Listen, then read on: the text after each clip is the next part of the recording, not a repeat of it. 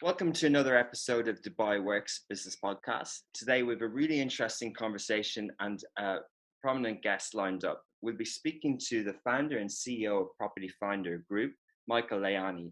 Michael is a pioneer in innovation and technology in the real estate industry. The company has grown exponentially through the years into an impressive and culturally diverse team of 300 individuals that generates over 14 million monthly website hits across its 6 countries in operation. So Property Finder is a real estate portal that facilitates the house hunting journey for both buyers and renters. They actually started nearly 14 years ago in 2007 as propertyfinder.ae, and they're owned and operated by the Property Finder Group, which also owns and operates real estate portals and CRMs across MENA and Turkey. So we'll be explaining a lot of that jargon, and we'll be discussing in more detail the story of Property Finder, what it's like to scale a prop tech company in MENA, and also real estate marketing during a global pandemic. Welcome, Michael. Welcome, Richard. Thank you. Thanks for joining the podcast. You're in your nice offices in Media City, I can see. Absolutely. I am here in Media City. We don't yet have a full office, but few people in the office, few people working from home. It's the new way to go. Is that so? You yourself, do you prefer working from the office, and have you been back most of the time in the last year or so? I think, like everyone, I'm enjoying the flexibility. So I'm enjoying to work partially from the office when I want to catch up with my colleagues and when we have a couple of important face-to-face meetings. And then I think the ability to be able to work from home and then, plug in through Zoom if you need to, but have the quiet, the peace that you get at home, which you rarely get into the office, is quite productive. That's interesting from a flexibility and productivity point of view. Yeah, I think many staff like that as well. So I'm sure your employees are happier in that way. So Michael, I did touch on it at the start, but can you just explain Property Finder, what it is and your business? Sure, absolutely. So we're the leading real estate online brand. What does that mean is that we are the go-to destination for every property seekers, whether they are looking to rent a place, buy a place, invest into real estate, residential and commercial, existing homes or new homes. So all these verticals we cover. And our business is to work with the real estate developers and the real estate brokers to provide them qualified property seekers. So that's in a nutshell what we do. In a more summarized way, we help people find their home. That's what we do. Amazing, perfect, and it's a very well-known brand, and it's the name says that as well, to help you find a property. But how did you come up with the concept, and how did it start? How did the idea start? So when I came for the first time to Dubai in 2005, they were building the Palm Island, they were building the marina, the Burj Khalifa wasn't to be seen from the horizon yet, and everybody was focusing on building these amazing projects. And when I asked how do people search and how do people actually find a place to rent, everybody pointed me to the same place, which was a newspaper, a supplement of a newspaper. And in a modern city like Dubai, to think that you'd had to flick through hundreds of pages of a newspaper in order to find a property sounded wrong. It sounded like there was an opportunity here to build something better, a better search engine, a better way to find a property. And we wanted to go straight to the internet because that was the right way to do it. But internet penetration was only at 40% back then, right? So people were not really turning to online websites to find their home. They were still looking for a piece of paper. So we started as a magazine. We started as a free distributed magazine, and we started distributing this magazine all across the city. And we also had a website that people could search, but barely anybody would go online. And that's how we got traction. And we started classifying the way Dubai was done through a map on the magazine, and there was color-coded areas, and you could search apartment in Dubai Marina through a special color code, rather than having to flick through hundreds of pages of a newspaper. So it was well organized, and we faced fierce competition as any company that enters into a market. Gulf News was very much protective of their classified business. And, it was a little bit the David and Goliath kind of scenario where, we were going straight for their customers. And so we had a bit of a fierce battle, and to be honest, we almost went out of business. I mean, we were pretty close to closing shop until we were able to attract the interest from an international group, a group that's owned by Rupert Murdoch, called the REA Group, which is basically the leading real estate portal in Australia. And they decided to come in and invest in our business, and that's literally what saved us from bankruptcy. Amazing. So many things there. Such an interesting Dubai story as well. So it's a fascinating statistic from 2007, because it's not 1997. To know that the penetration was still had to grow a lot at that period is interesting, but that you did have it in mind for the business and that you wanted to do both. And then, of course, the global downturn, the 2008 financial crisis, is that what led to the difficulty in the early stage of the business, or was it the business model and the internet penetration and the part that you had to grow first? What was the kind of factor there? So the struggle in the beginning was just that we were attacking a much larger player that had a bigger audience, which was the newspaper. And real estate agents and developers didn't really need to change anything in the way they advertised. It was working for them, the paper, and it was just a startup trying to get some market share. What the financial crisis provided was actually more of an opportunity, right? During crisis is when the best businesses are built. And when the financial crisis came, the real estate agents needed a different way to advertise their property, a more affordable way to advertise their property than in the print. And that's when the online product became actually a hit and delivered the results that they were looking for. Interesting. And just going back to, you kind of referenced the Gulf News in terms of competition. Talking about competition, were you the only players? Were you the first players in this space on the sort of offering that you have? Were you early on that level? Yes, we were. There were other players that don't exist anymore today, but we were among the first one. And obviously, at the similar time, Dubizzle also launched, right? But Dubizzle had a different approach where it was very much consumer content that was posted on the website, whereas we were working only with real estate professionals. And that's how we kind of differentiated ourselves from the experience that Dubizzle offered, was that every listing on Property Finder was from a registered and licensed real estate broker, whereas the horizontals or the general classified had a bit of a mix of both. And so you could end up speaking to a broker, but you could also end up speaking to an individual. And obviously the consistency and the experience wasn't the same than on Property Finder. Interesting. So they were more of a marketplace, and you were catered specifically towards a kind of a B2B sector. I'm just fascinated by the era, the kind of the late noughties in terms of what you've just described.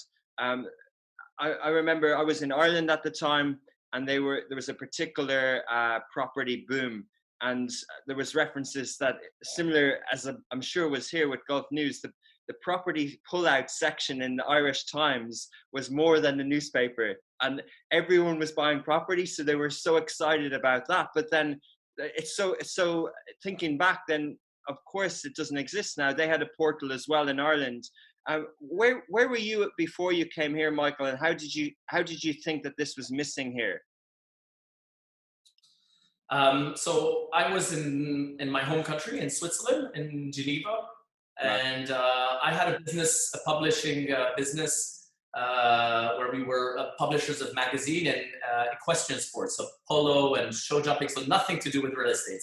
And actually, when I first came to Dubai, I came here to visit my uncle, and I ended up at the races, at Nad al-Shiba races.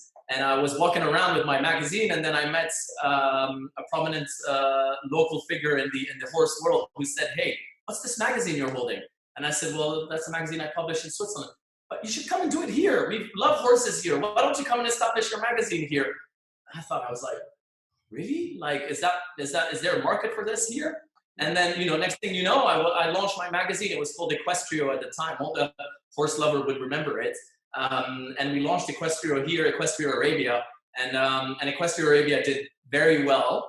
But it was very niche. It was an equestrian sports magazine. And so I thought, okay, now what's my next step? It's going to be something in editing and publishing, but I want to do something a little bit more mass market. What's missing in the mass market? And it was really the time when classifieds were picking up in Europe. I'm sure in Ireland you had them as well. Those little classified boxes where you had those magazines with all the real estate advertising in it, and they were just specialized for real estate. So that's the concept we took from Europe and we brought here. Free distributed real estate classified. Because we didn't have the distribution of Golf News, so the only way we could get the same reach is if we distributed it for free. So we used to do, in the lobbies of hotels, in the lobbies of building. We used to distribute it as well, door to door, and that's how we all kind of started it. Amazing! I didn't know there was the publishing background to it, so that's fascinating. Was your business model then paid for listings, like it might have been on classifieds? And at what point did you kind of become more of a portal? Yeah, so the model was as close as what you have today online, but for print. So people who read, your eyeballs do not pay for the service. Who pays for it is the one who are benefiting from those eyeballs, so the advertisers, so the real estate brokers. So they would pay to list in our classified magazine. And then we would, guarantee 100,000 copies would be distributed on a weekly basis. How did the model switch from print to online? Well, ultimately, when we attracted the investors from Australia and who literally saved us from bankrupting against, the big Goliath that was Golf News. We then said, look, it's going to be really hard to beat Golf News as its game, right? In print, they definitely have a bigger audience than us. They've got a bigger brand than us. And they were, quite aggressive in the way that they were protecting their business, rightly so. And so we said, well, we're not going to win the print war, so let's move to online. The world will move online at some point. It might be a little bit early, but if we move now and we build a great online product, whenever that market moves to online, we'll be there ready to benefit from it. And so the great thing was that the Australians were running the leading real estate portal in Australia. Australia was a little bit advanced in terms of internet penetration, so that was already the first destination for all the property seekers. They would go online. And so, I looked at their business model and I thought, wow, this is pretty slick. You don't have to print it. Everything is searchable with technology. And real estate agents then, moved from paying from, hey, I want to have my ad in 1, 2, 3 issues of the magazine to, well, now you got to buy a yearly subscription and then you pay that month, and then you pay a monthly fee for that, for you to be able to advertise on the portal. So when REA invested into the business, that was in 2008, we decided to kill the print. It was a big bet and move everything to online and build from there. And then, overnight we went totally off the radar of Golf News because suddenly we weren't, a threat anymore because we weren't at print.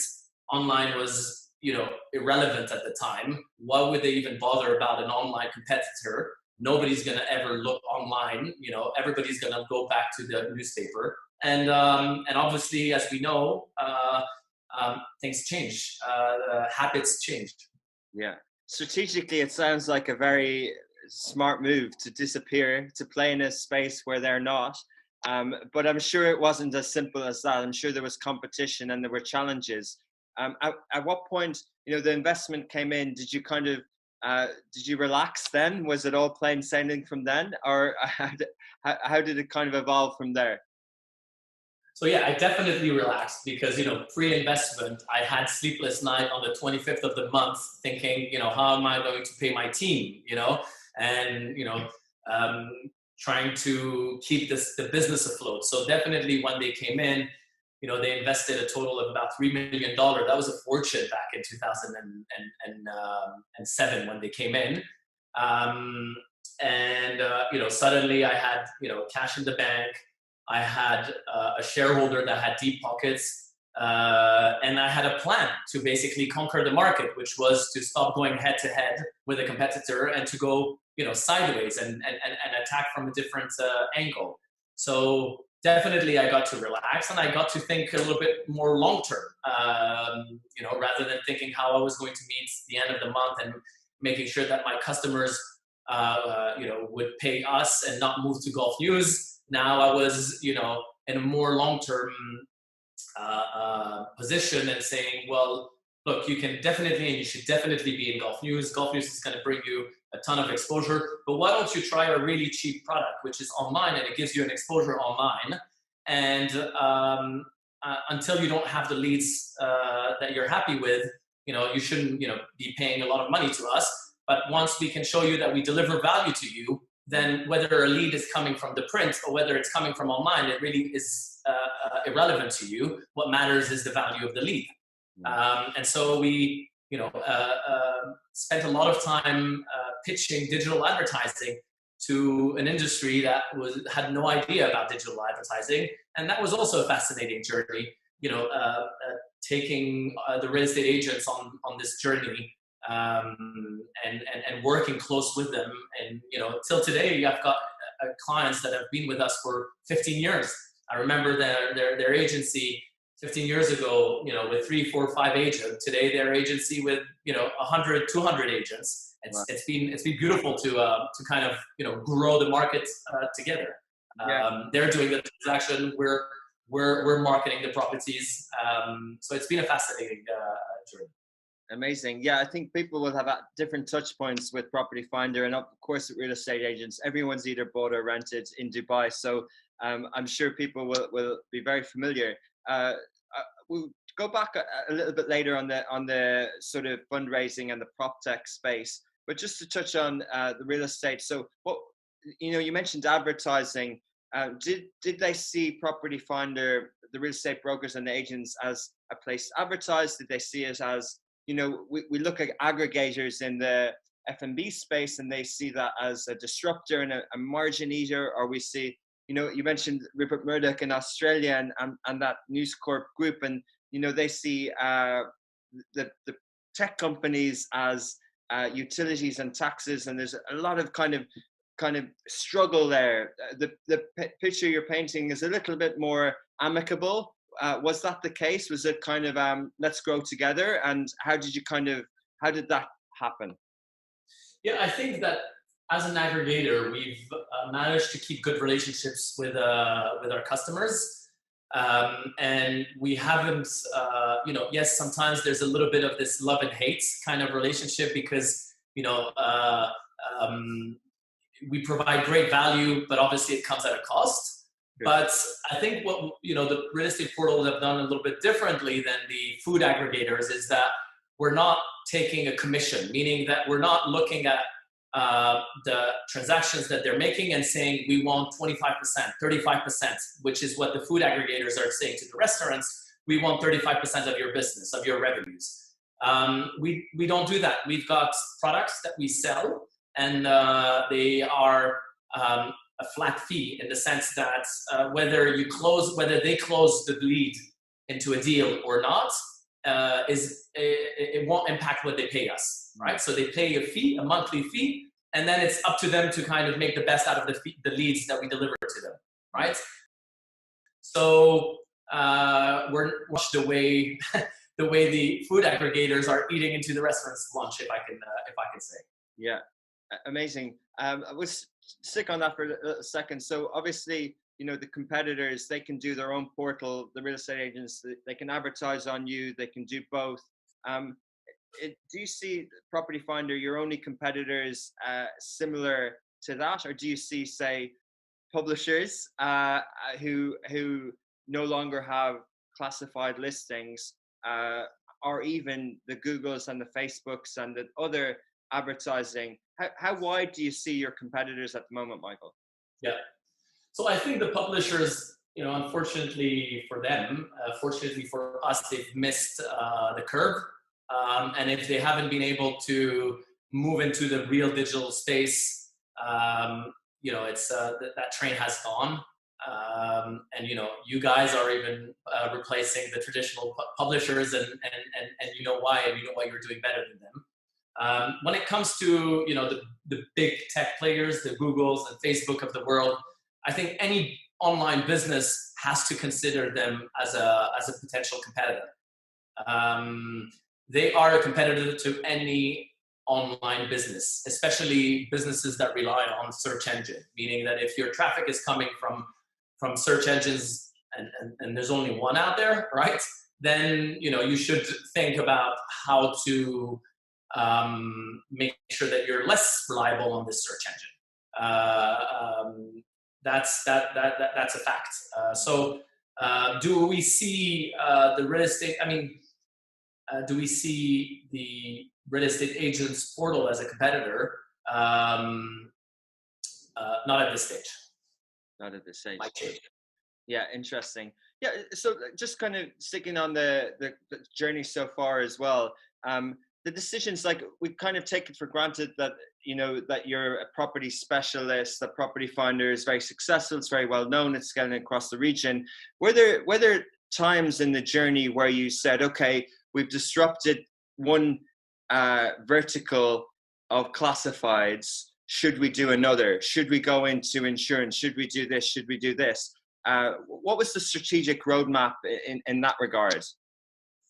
So I believe, that every growth business, every startup, every growth business, every business should have as much focus as possible, right? Especially if you're trying to do things differently and you're trying to change the way an industry works. You want to be extremely focused. It's been, many times we've been thinking, should we go into other areas? Like you said, insurance or cars or jobs, classified. And we really believe in order to deliver value to our users who come to the site, in order to deliver value to our paying customers, we have to remain focused on property, on real estate sector. And, until the house hunting journey isn't a seamless journey as ordering food, right? Or as ordering a car, I think we still have a lot of room for improvement. As long as there's friction in this process, Property Finder's mission isn't completed. And it'll take a long time until we take out all the friction points of a real estate or of a house hunting journey. Fascinating. Do you define that as a mission? Do you define it as removing friction? Is that how you position it? Yeah, we're really defining our mission as enabling people to better their lives, right? Because being able to find the right home for your family is really probably the most step change that you can do in your lifestyle. But clearly our mission is to take away the friction during that journey until from the moment you say, hey, I'd like a bigger home, I'd like a home with a view, I'd like a house with a garden, to the moment that you actually move into it. Whether you're renting, whether you're buying, whatever the journey you decide to take, there are multiple friction points along the way. And we are working closely with all the actors, right? Sometimes, real estate agents, the owners, the banks that get involved in order to make sure that, we can seamlessly improve this experience. That's what online businesses do. We need to offer an amazing user experience. That's our obsession. Yeah. Exactly. And then, if you get that right, the world's your oyster. You can keep scaling it because the internet keeps getting bigger and bigger for everyone and the adoption. But Michael, going back to the fundraising, when you were speaking to the initial partners, was PropTech a term? Were you structured? Were you structured as a startup? And what has that journey been like? And you as a founder and a CEO, how much of your time has gone into raising funds and telling the journey and speaking to investors over the last decade? So in my journey, I've had two types of investor, all right? And I've had kind of two types of fundraising. I've got the first one, which was from a strategic, which was the Australian company that we talked about that came in and, you know, literally kind of saved us and invested, but they took a majority of the business. They took 51% of the business back in the days. I remained as the CEO and ran the company. And at the time, you know, that they were the only investor I spoke to. I didn't kind of go to other investors. Nobody was interested in my business. And there wasn't a VC scene at the time. There wasn't any venture capital money being invested in that kind of businesses. So the only potential investor was a strategic that knew the business and that wanted to enter this part of the world. And then there's the second part of fundraising is when I went to the VC. So what happened in between, maybe I can share that for 2-3 minutes. Basically, when the global financial crisis hit the world, you know, I remember we were all sitting in Dubai thinking, it's not gonna hit Dubai. Dubai seems to be immune, you know. Things you know, seem to come to Dubai with a couple of months of delay. But, you know, 3-4 months after it hit the US and Europe, well, we started, you know, feeling the effect here in Dubai. And then, you know, real estate prices started plummeting and people started panicking. There were articles of people, you know, fleeing the country and leaving their cars at the airport.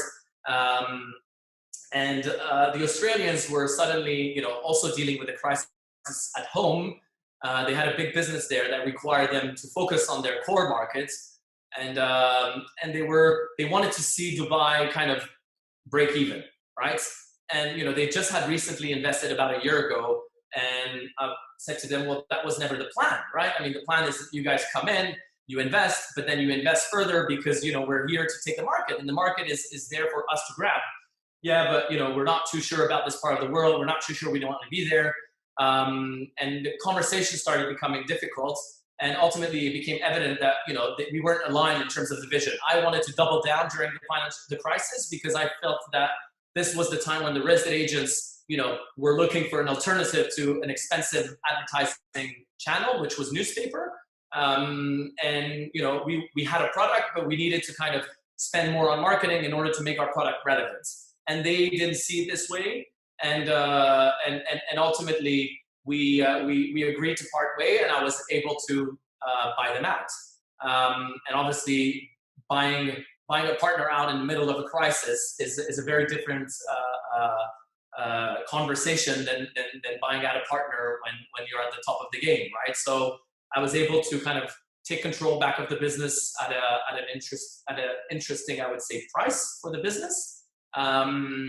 And you know, keep my teams secure, because obviously what they wanted is the business to break even, so they wanted to let go half of the people. But I really believe that, you know, we had something in our hands, and we'd go through this crisis, and then Property Finder would become a winner out of this crisis.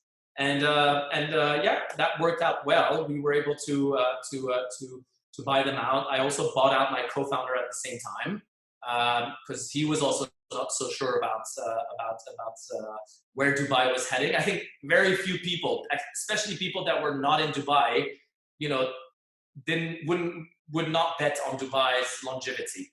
But when you lived in Dubai during the financial crisis, and you would, you know, socialize, and you would go out to restaurants and to bars and clubs, and you would see that, you know, life went on. You know, like, yes, there was a little bit of a crisis, but, you know, people were there to stay, or at least the core of the people were there to stay. Those that were fleeing at the airports were people who just had come for a quick buck and realized that, you know, that buck wasn't there anymore to be made. So they left. But the true businesses stayed here, and this city was, you know, building amazing infrastructure. And so it was, to me, it was obvious that it was going to survive and to actually thrive from this crisis. And, you know, Dubai has proven it to us a second time this time, but this was the first time that, you know, Dubai reacts really well to crisis. It rebounds really well. It has kind of that fighter mentality. It has kind of like, let's go for it, and we can, you know, reinvent ourselves and grow from our ashes. Yeah. And the market, you know, rebounded, and it was it was you know, the market started coming back, and we were there to benefit from it.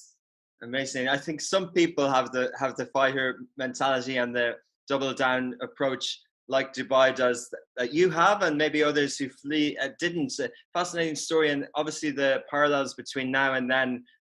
People listening will kind of relate. It's really interesting, some of the themes and the articles that we saw a year ago as well. But so going back to that time in terms of how did you go about funding the buyouts? Did you get debt? Was debt available? Okay, you believed in the market. How did you go about it? So when I sold the control of the business, right, when they came in and bought the control of the business, they invested 3 million, I told you. Majority of that, went into the business, but a good chunk of it went to the founders, to myself and my co-founder at the time. And fortunately for us, we didn't blow it all off.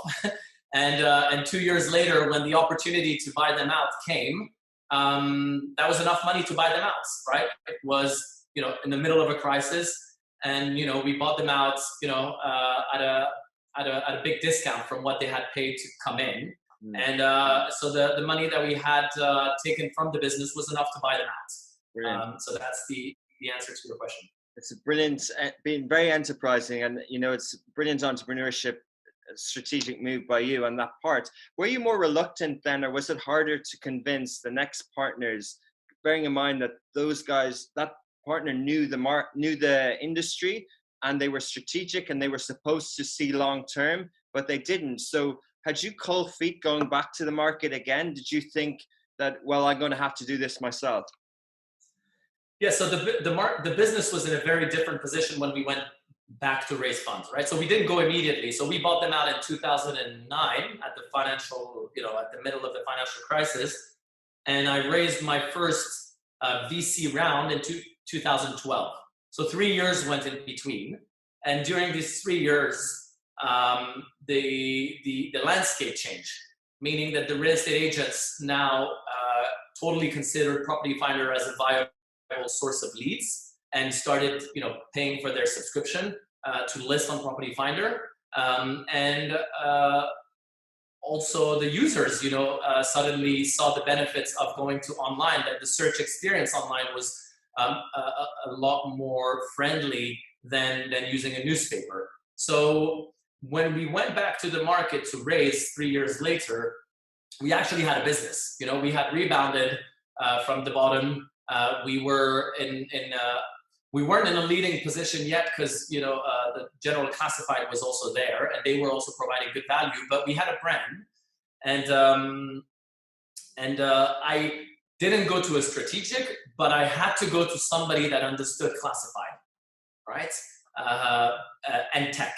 And I think that was, again, one of the lucky moments of this journey is right at that time, the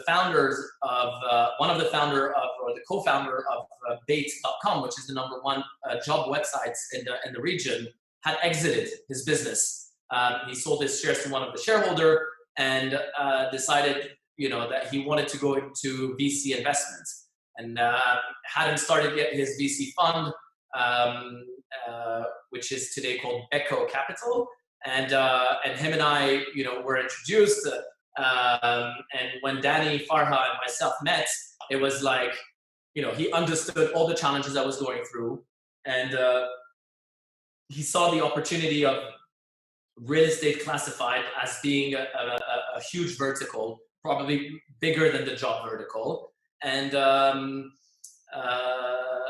he said, "Yeah, I'm game. I want to invest into your business. I love it." And that's how I raised, that first kind of VC round in 2012.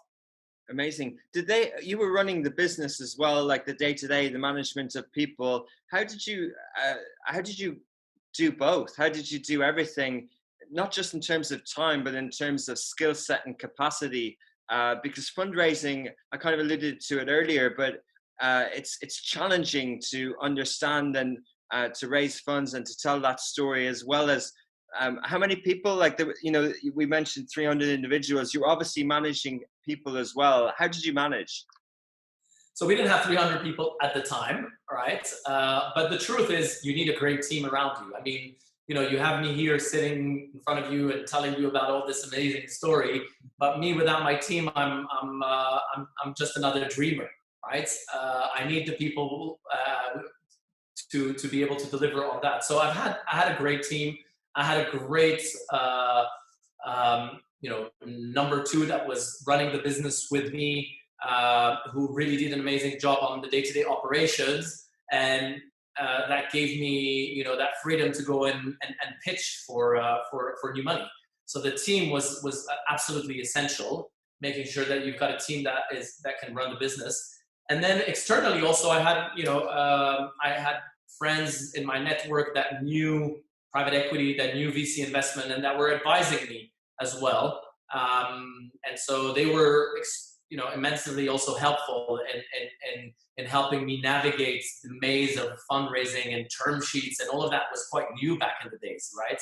But I guess that's what entrepreneurs do. We juggle with a lot of things, but more importantly, we surround ourselves with the right teams, and that's how that's possible.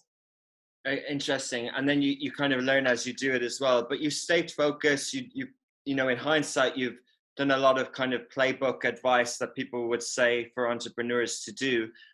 What stage is Property Finder at now in terms of maturity as a business? How much have you raised totally? What round are you in? And how would you say the current stage that you're in, if you can reveal it's just in terms of the phase of the growth of the company? Yes, so very different from the scrappy early days.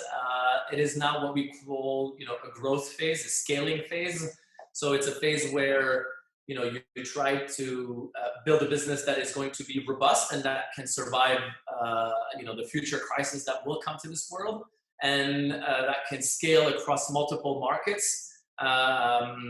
And that can be predictable, right? Because that's what investors want. They want a business that can grow and that is predictable in the way that it's growing. So over the years, we've done from venture funds, right? We've done kind of 3 rounds. Beko was the first round that we did in 2012, where we raised approximately $2 million.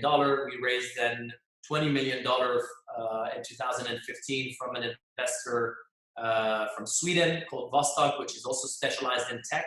And then more recently, actually 2 years ago now, 2018, a little over 2 years ago, we raised from American private equity, General Atlantic, $120 million. And I think that was really kind of a big game changer. Not necessarily in terms of funding. Yes, of course, funding allows you to do a lot more, but also in terms of the talent that you can attract into your organization. Building an employer brand is as important as building a consumer brand. Why? Because an employer brand enables you to attract amazing talents. And in a business where everything is about your talent, because we don't sell hard goods material, we sell digital products, and digital products are built by people. And so attracting the right people is going to make you or not. And so having these kind of AAA investors like General Atlantic, who's a very well-renowned investor in the tech space, they've done Uber, they've done Airbnb, they've done Dropbox, they've done, you name it, all the companies that they've been backing. Suddenly having a name like that in our cap table, then, top talents of other tech companies start thinking, what's going on at Property Finder? That's kind of interesting. Maybe I should see what, is there something, maybe there's an opportunity there. And that has, been kind of a game changer, because we've been able to attract amazing people to the organization. Amazing. It's pretty inspiring listening to you, Michael, talk about that. But and also what's really nice is a Dubai success story, that not only did people hear and you believe in what was happening here, but also that you brought 2 European and American investors to believe in the region. So it's fascinating. Do you think a kind of a, you don't have to reveal your future growth strategy, but do you think in terms of the ecosystem on startups and fundraising, are we, what does exits look like? Is it always a multinational, and particularly around the prop tech space? Because, when I made the example of Ireland, and when we talk about maybe in Switzerland, Europe and Australia, and here, the companies in your space seem to be indigenous, homegrown. Does that mean that your roadmap or your exit is different? And would you entertain, a very blunt question, would you entertain a listing on a regional stock market as an opportunity? So many questions there.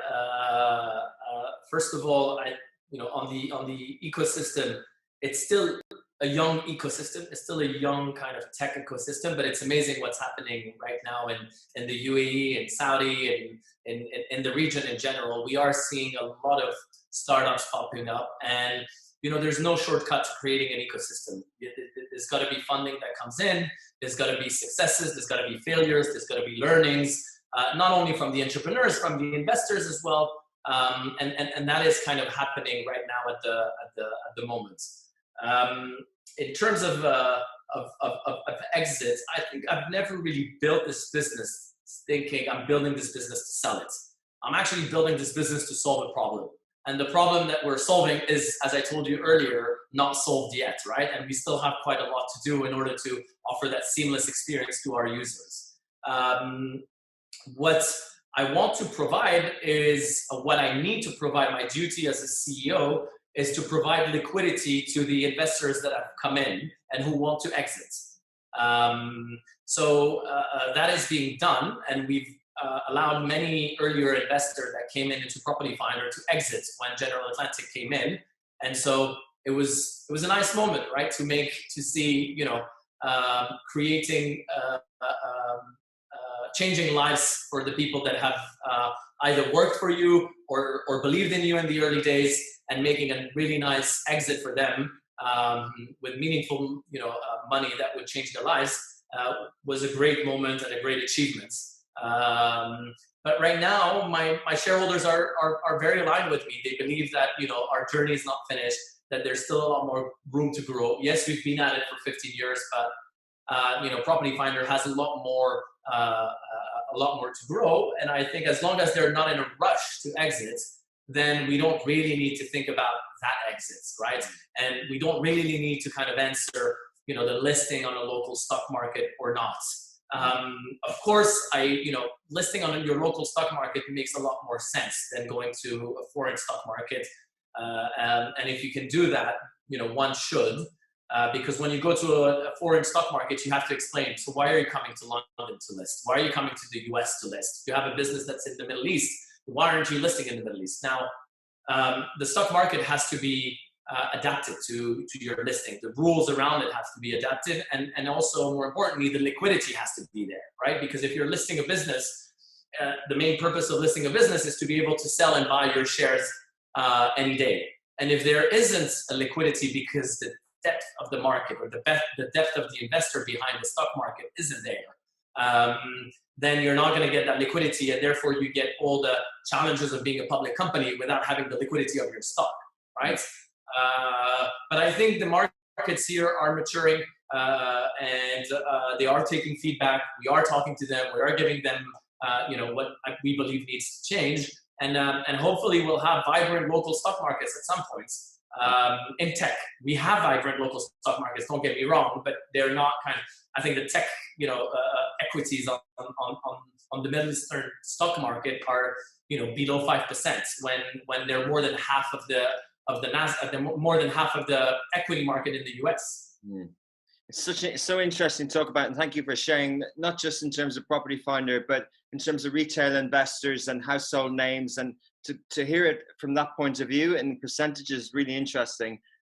So yeah, it's fascinating for the growth of the region outside of the real estate space. But just talking about your growth and choosing different markets, of course, people, real estate is very visual in Dubai. It's fascinating. there are many dreamers in real estate. There's many amazing opportunities. There aren't 20 Dubais across the region. How do you choose where to go next, and how do you apply the success story, the blueprint for Property Finder in other markets? Yes. So how we chose to go next versus how we choose today to go next is very different. Back in the days, how did we choose to go into a new market? We went online and we looked for a portal that had property listing. And if there wasn't property listings in that market, we say, let's go. And then we went and we decided to open into those markets. Very little study went behind it. Very little, thinking, I want to say, went behind it. And we kind of said, the UAE is a very good market, very vibrant market. But at the end of the day, it's only 10 million population. And we're operating in the Arab world that has, over 300 million population. So, why not go to another market? And so we went immediately to Qatar, which was a similar kind of Gulf country with an expat population, with also real estate projects, and that didn't have a real estate portal. And the reason why we kind of rushed to those markets is because when you're building a marketplace that has network effects, being the first mover is extremely important, right? And being the first one to build this network effect then enables you to have a leading position in the market. So we kind of went and decided that we'd go in Qatar, Bahrain, and Egypt, and Saudi, in Lebanon, and Morocco. And the truth is, we probably took more than we could chew on. We went into so many markets thinking that, they'll be very similar to the UAE. Some were, some weren't, right?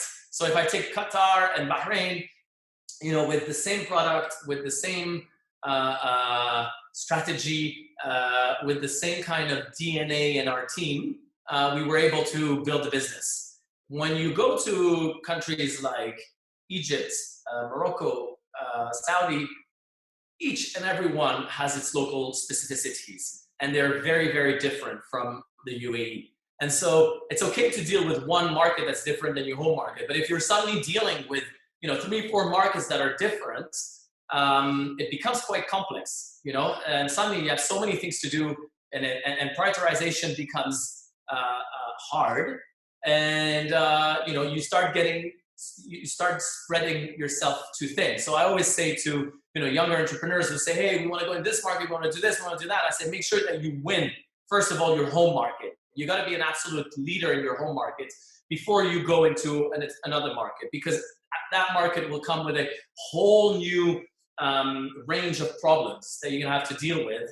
And if you're not 100% secure in your home market, then your whole business will kind of drown. So we were fortunate to have a good, strong position in the UAE, which enabled us to do kind of trial and errors in some other markets. And we did our errors, right? I mean, we definitely didn't get everything right. And no entrepreneur does. That's how we grow. We try something. If it works, we continue, we double down. If it doesn't work, we fail fast and then we move on, right? And sometimes I would have liked to fail faster in some markets. So we realized that, Morocco is going to be a really hard market. We thought that it was a 30 million population, that it should have enough depth.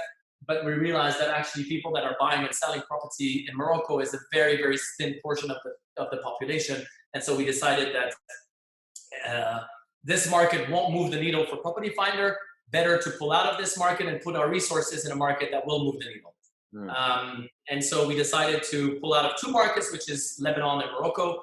And that enables us to double down in markets that we see huge potential, like Egypt, 100 million population. We build a good business over there. That'll be creating a lot of shareholder value, and then making sure that we don't lose the market where we're number one, and continue to be a strong number one in UAE, Qatar, Bahrain, etc. Amazing.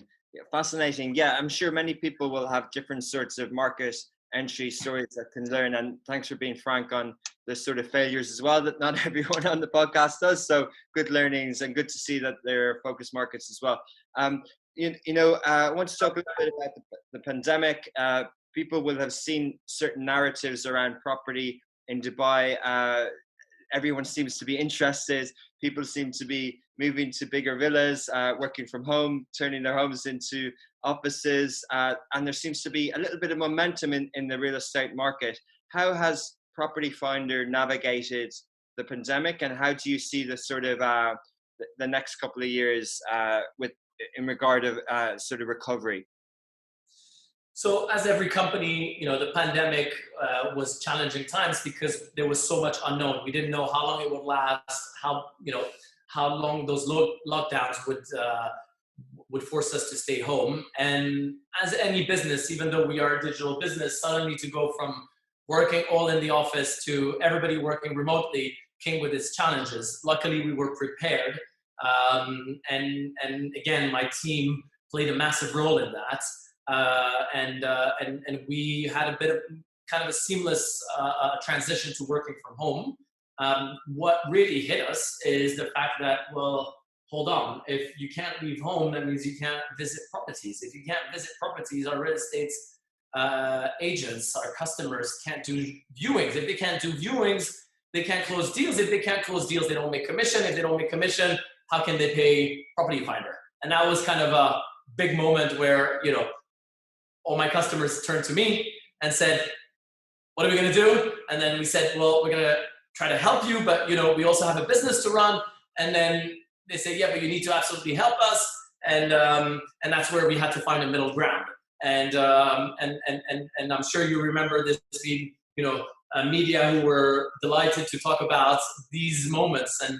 But ultimately, we all came around the table and agreed on a way forward.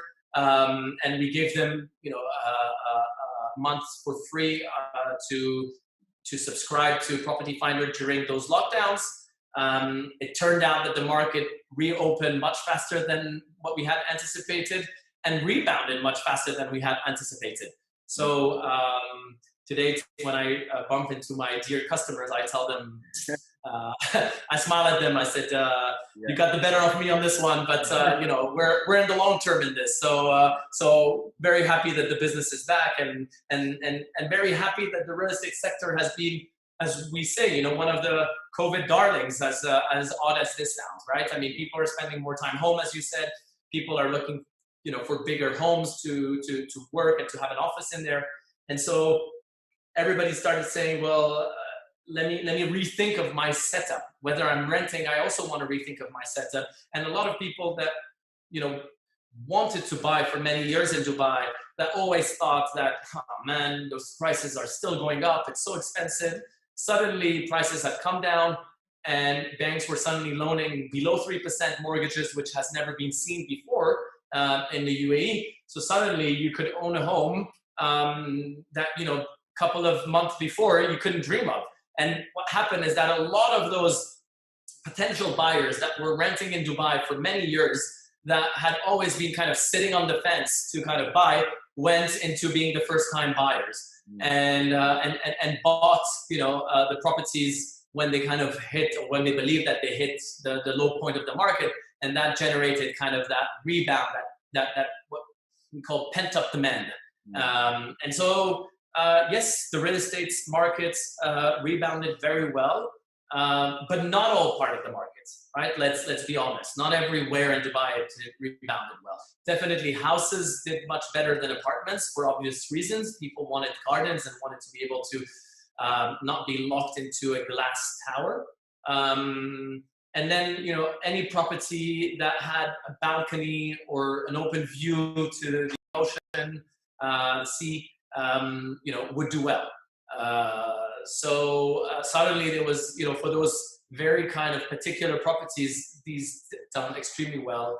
And the risk, all the real estate agents will testify that, it's been one of the best times for them over these last couple of months. Like Q4 and now Q1 are extremely good months in terms of volumes of transactions. Fascinating. And just go to show how quick things move. The initial sort of wobble or fear has changed now, and the landscape is different. I'm conscious of time. There's so many things we could talk about real estate. I met a broker the other day who told me that he was just passionate about it. He loves everything about it. And I think, there are many people who just really into it, like say football.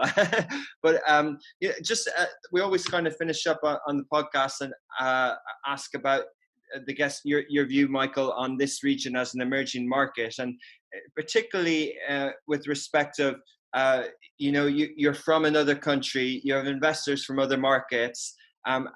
What's your outlook? Will this region emerge in whatever classification? Are you optimistic in the next, say, decade or two for this region?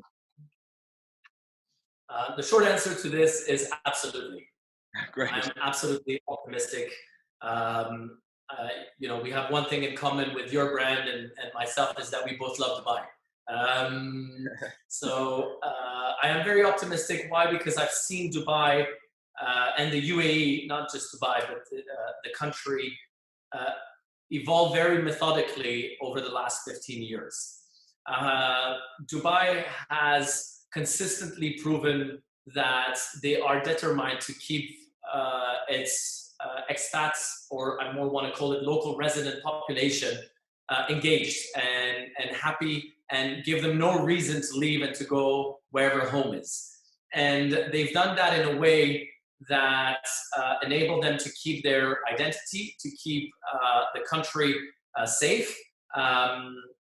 And every year the UAE does a move in that direction. It opens up to the world without moving away from their local values. And I think that has been admirable to watch. And we've witnessed more of that in the recent kind of year. More recently with Abrahamic Accords, zero tolerance, with conversations around citizenship. I mean, these are all seismic moves in the region. And I think that, the world doesn't really realize what that means for the region. But this is really, what we as, newcomers to Dubai thought it was going to be impossible that, they would go there one day. And that day has come, and has come sooner than what we thought, right? The world is moving faster, and what's great to always see with the UAE government is that they're adapting to that speed. Yes, of course, we all want governments to move faster.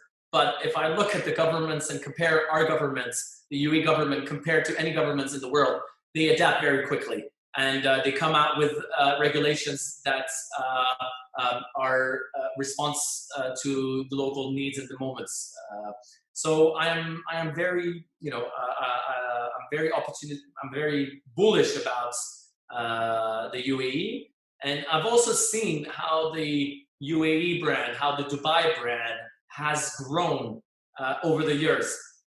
Pitching a business in this part of the world, 10 years ago was a very different job than pitching it today. Today, everybody has seen what Dubai delivered. Everybody has come to the UAE and has visited either Abu Dhabi or Dubai, and has been awed by the tolerance that we see here, the open-mindedness, the security, the opportunities. These are all successes that international investors cannot ignore. And so I'm seeing more and more appetite for this part of the world. Yes, it still has its challenges. Yes, there are still risks, but it's doing everything it needs to do in order to become a market where investors want to have an allocation, where they definitely want to be spending some time, because that matters, right? I mean, if you don't want to go to a place, you're not going to invest there, because at some point, if you're going to put a big portion of your capital to a certain region, you're going to have to visit this region once in a while. And so if you don't like visiting the region, then you're not going to allocate the capital. And Dubai does that really well, right? Hosting its guests. And during the pandemic, yes, it's being criticized for keeping its borders open, its hotel opens, but it's done that in a very calculated way. And it's enabled Dubai to build a certain brand equity that, life goes on here. And it's been pretty amazing. And, we as Dubai residents have been very fortunate to live in a city that has enabled us, allowed us to go to the beach with the right measures in place. Yes, I believe the country will continue to do what it needs to do, and the latest signs that we've seen are all confirmation of that belief. Amazing. Well, thank you for that. It's amazing sort of speech and your testimony. You what you've done can back it up individually and as property finder. The belief in what's happening here and what can be replicated in the region. So, Michael, thank you so much for your time this morning. We'll obviously continue to follow Property Finder's journey, and stay safe, and catch up again soon.